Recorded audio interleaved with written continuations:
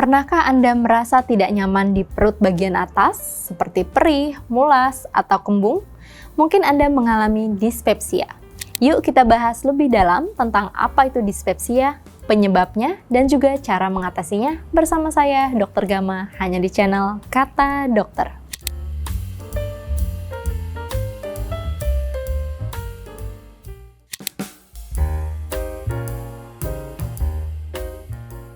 Jadi, dispepsia adalah sekumpulan gejala dari rasa tidak nyaman di perut. Nah, nama dispepsia sendiri bukanlah penyakit khusus, tetapi merupakan kumpulan gejala dari penyakit atau gangguan pencernaan. Beberapa tanda dan juga gejala dispepsia yaitu rasa cepat kenyang, kemudian timbul juga rasa tidak nyaman di bagian perut dan ulu hati, perut terasa kembung dan begah setelah makan, bisa juga disertai dengan rasa sakit dan juga perih. Nah, bisa juga disertai rasa terbakar pada ulu hati atau panas yang bisa menjalar sampai naik ke kerongkongan. Mual juga bisa disertai, bahkan bisa sampai muntah. Nah, dispepsia bisa bersifat fungsional atau timbul tanpa penyebab yang jelas. Bisa juga karena kondisi medis tertentu.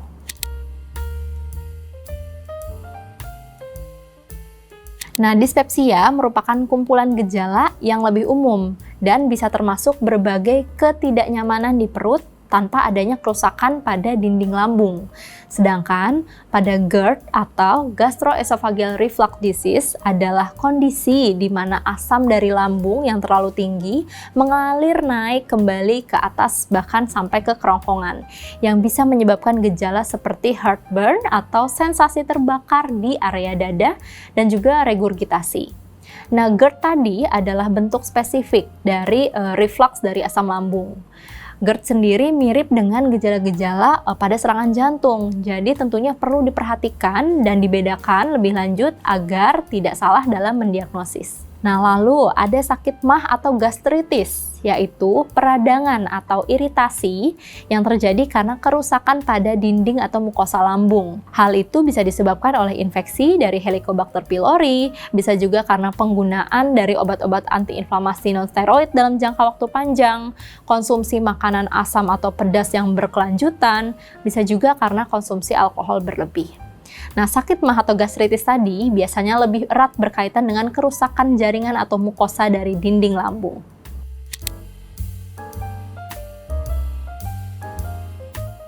Nah, apabila penyakit dispepsia tersebut tidak segera ditangani, tentunya bisa memicu berbagai komplikasi. Nah, komplikasi yang serius contohnya perdarahan pada saluran cerna bagian atas. Bisa juga terjadi ulkus atau perlukaan peptikum. Nah, bahkan bisa terjadi perforasi lambung atau lubang yang terbentuk pada area lambung karena perlukaan yang terus-menerus. Anemia juga bisa terjadi karena perdarahan tadi. Bisa juga terjadi inflamasi atau peradangan pada area faring atau laring. Atau area di kerongkongan atau pita suara karena adanya reflux dari asam lambung yang naik ke atas tadi. Nah, itu bisa menyebabkan iritasi. Kemudian bisa juga ada komplikasi yang dinamakan aspirasi paru, yaitu cairan lambung yang naik ke atas tadi bisa masuk ke dalam saluran pernafasan dan tentunya akan menyebabkan penyakit paru yang lebih lanjut.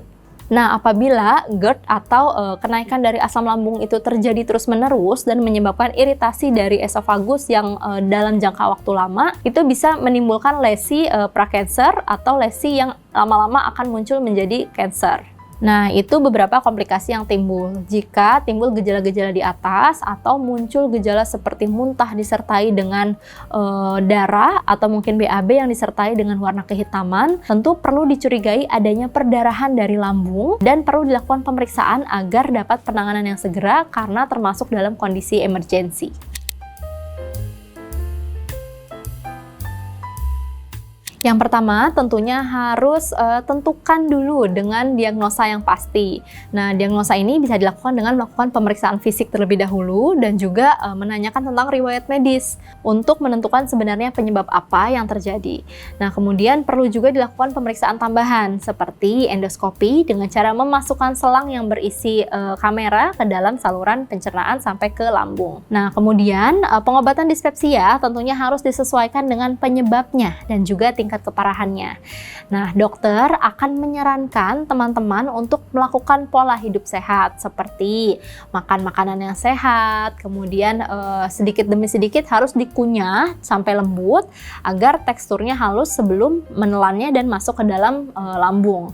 Kemudian harus hindari makanan yang terlalu pedas atau yang terlalu berlemak, serta menghindari minuman-minuman bersoda atau juga minuman kafein seperti kopi dan teh yang terlalu berlebihan. Juga minuman berenergi ya, yang terlalu berlebihan tentunya. Nah, tidak dianjurkan untuk konsumsi alkohol atau rokok karena akan memperparah kondisi dari dispepsia ini. Kemudian, mempertahankan berat badan ideal. Kenapa sih? Karena berat badan berlebihan itu merupakan salah satu faktor yang dapat meningkatkan resiko terkena sindrom dispepsia. Tentunya, teman-teman juga bisa melakukan olahraga agar memaksimalkan metabolisme tubuh yang dapat membantu kinerja dari organ saluran cerna.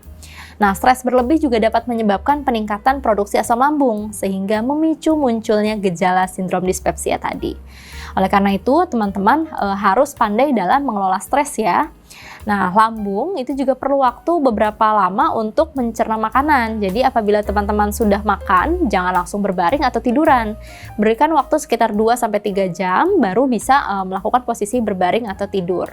Nah, jika hal tadi dilakukan namun tidak mengurangi gejala dispepsia, teman-teman bisa mengkonsumsi obat-obatan. Obat-obatan yang pertama yang paling sering dan mudah ditemui adalah antasida, dan itu bisa dibeli tanpa dengan menggunakan resep dokter. Nah, beberapa obat antasida itu tentunya dijual secara bebas, jadi bisa menjadi pertolongan pertama untuk sindrom dispepsia tadi. Golongan obat selanjutnya yaitu antagonis H2, itu untuk mengurangi produksi asam lambung, dan juga ada golongan obat lain yang menghambat pompa proton, atau banyak beredar adalah omeprazol atau lansoprazol yang berfungsi untuk menurunkan asam lambung dan juga meredakan gejala. Nah, dokter juga biasa memberikan jenis obat-obat prokinetik untuk meredakan gejala dan mungkin akan memberikan antibiotik bila sindrom dispepsia yang terjadi dicurigai akibat dari infeksi bakteri. Nah, selain itu terdapat juga obat-obatan herbal ya yang bisa dibeli dan mengandung bahan-bahan alami, tapi tentunya harus yang sudah jelas khasiatnya dan terdaftar dalam BPOM. Sekali lagi nih, harus waspada jika dispepsia muncul disertai dengan beberapa keluhan lain. Misalnya muntah darah, sulit menelan, kemudian BAB-nya berubah warna menjadi kehitaman, atau bahkan berat badan menjadi turun drastis dalam beberapa waktu. Nah, tanda-tanda yang tidak jelas tersebut harus diperhatikan. Gejala tersebut mungkin menandakan bahwa dispepsia yang ada disebabkan oleh kondisi medis tertentu yang serius, dan tentunya perlu mendapatkan penanganan lebih lanjut dari dokter.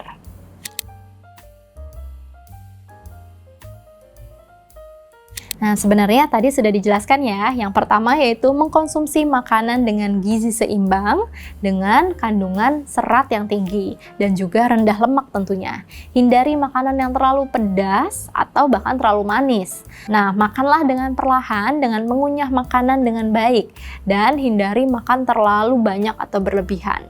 Hindari juga pemicu. Nah, teman-teman harus bisa mengidentifikasi nih makanan apa aja sih, minuman apa aja sih yang bisa merangsang timbulnya asam lambung tadi. Jika sudah tahu misalkan salah satunya adalah kafein yang terlalu berlebihan atau alkohol, tentunya harus dihindari.